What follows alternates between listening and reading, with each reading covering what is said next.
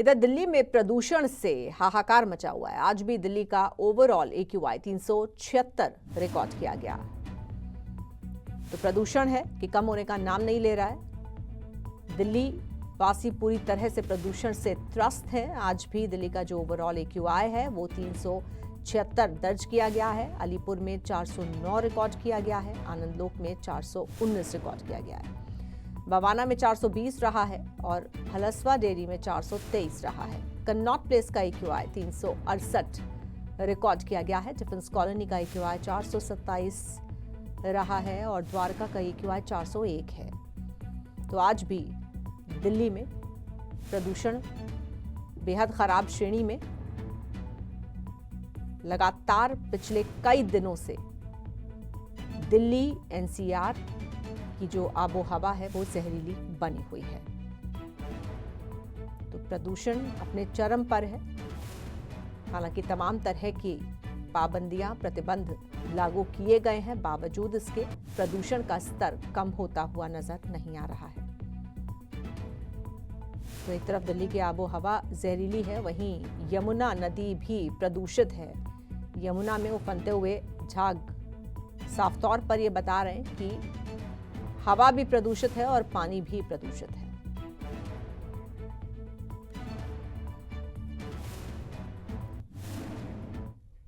इधर हरियाणा में आज भी प्रदूषण से राहत नहीं मिली। अंबाला का AQI 207 रहा है, भिवानी का AQI 284 रहा है। तो हरियाणा में भी प्रदूषण जस का तस बना हुआ है। यहां भी AQI तय मानकों से कहीं ज्यादा ऊपर है। तो यहाँ की भी जो वायु गुणवत्ता है वो काफी खराब है। फरीदाबाद का AQI 376 है। गुरुग्राम का 302 AQI आज का रिकॉर्ड किया गया है। हिसार में 394 है। करनाल में 256 है। पानीपत में 253 है और रोहतक का AQI 249 है। तो हरियाणा में भी प्रदूषण से फिलहाल कोई राहत मिलती नजर नहीं आ रही है।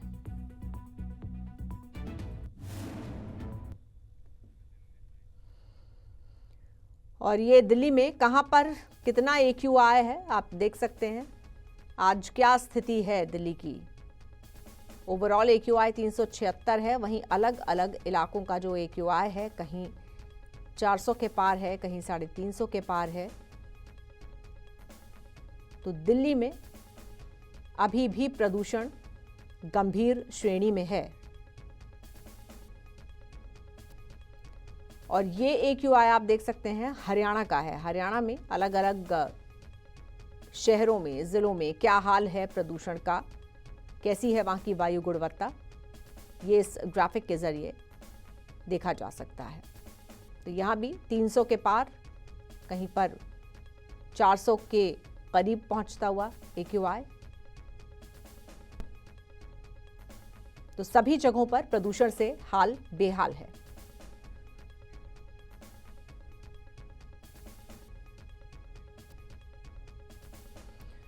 और आइए सीधे रुख करेंगे अपने 3 संवाददाताओं का। गुरुग्राम से हमारे साथ नीरज अंबावता जुड़ रहे हैं, जींद से जुड़ रहे हैं सुनील पवार और नूर से जुड़ रहे हैं अनिल मोहनिया। सबसे पहले गुरुग्राम चलते हैं। नीरज, वैसे तो अब धूप खिल रही है, बावजूद इसके प्रदूषण कम नहीं हो रहा है, तमाम प्रतिबंध भी लागू हैं। अब इसके आगे क्या?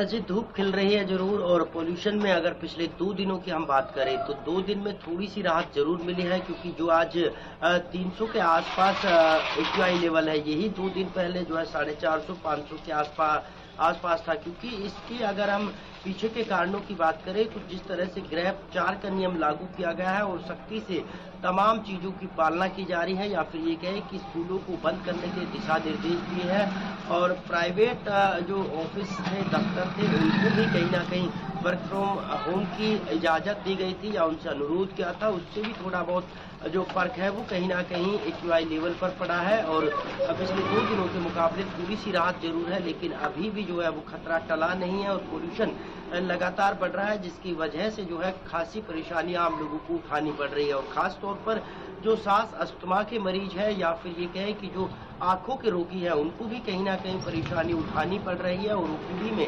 खासतौर पर सरकारी हॉस्पिटल की बात करें तो लगातार इस तरह के मरीज सामने आ रहे हैं जिनको आंखों में जलन, चुभन और सांस लेने में दिक्कत हो रही है। साथ ही साथ गले में जो है खराश जैसी शिकायत भी लोगों के सामने आ रही है। लेकिन प्रशासन लगातार कोशिश कवायद कर रहा है, एक के बाद एक इंतजाम कर रहा है और सख्ती से जो है गिरफ्तार के नियमों को लागू कराने के लिए कई टीमों का गठन किया गया है ताकि इस बढ़ते पोल्यूशन से राहत मिल सके। लेकिन अब ये राहत कब मिलेगी ये तो आने वाला वक्त ही बताएगा। लेकिन एक्यूआई लेवल पिछले 2 दिनों के मुकाबले थोड़ा सा कम जरूर है, या ये कह सकते हैं कि लोगों को थोड़ी सी राहत जरूर मिली। बिल्कुल नीरज, मौसम विभाग क्या कह रहा है? बारिश के लिए कितना इंतजार और करना होगा?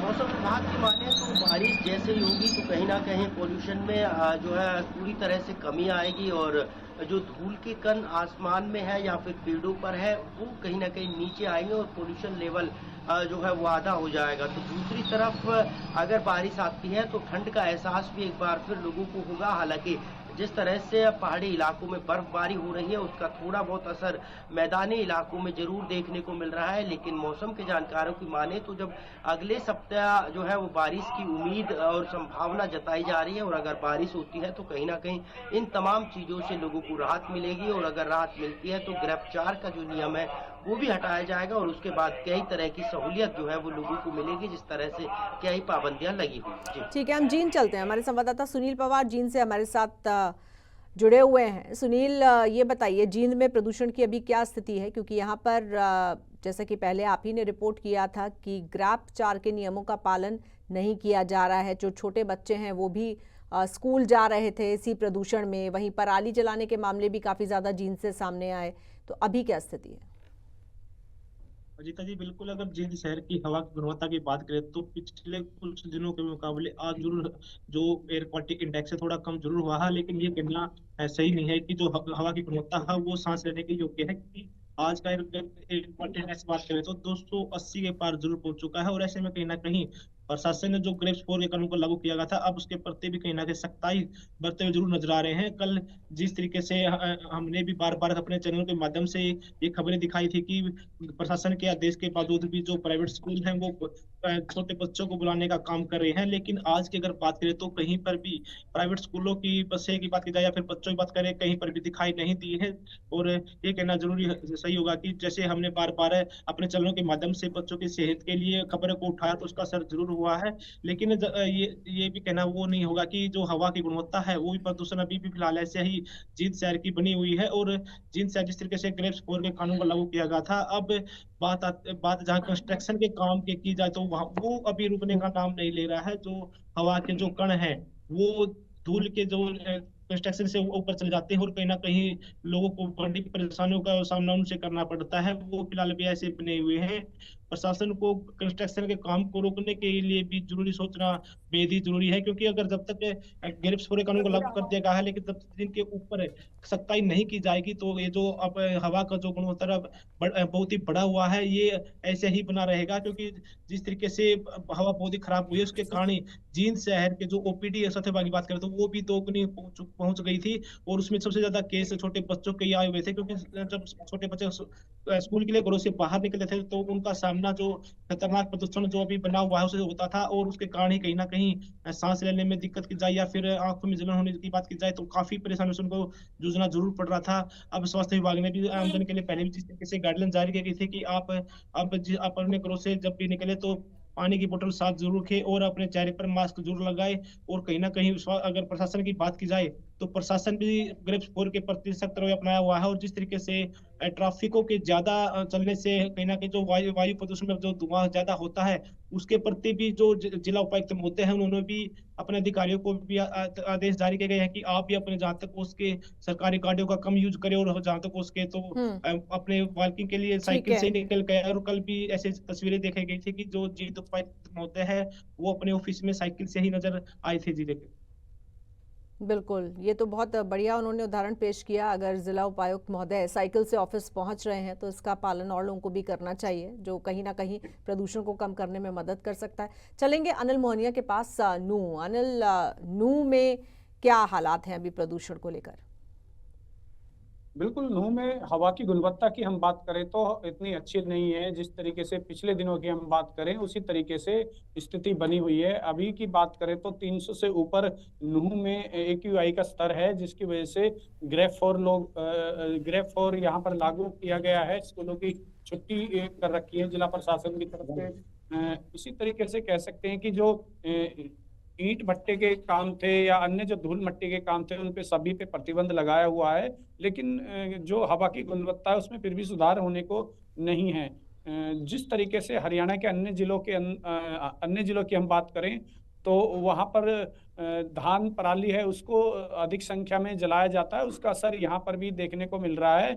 और यहाँ का जो AQI है वो स्तर दिन पर दिन कम या ज्यादा होता नजर आ रहा है। ठीक है, बहुत धन्यवाद आप सभी का। अनिल आपका भी शुक्रिया, नीरज आपका भी धन्यवाद और सुनील आपका भी शुक्रिया।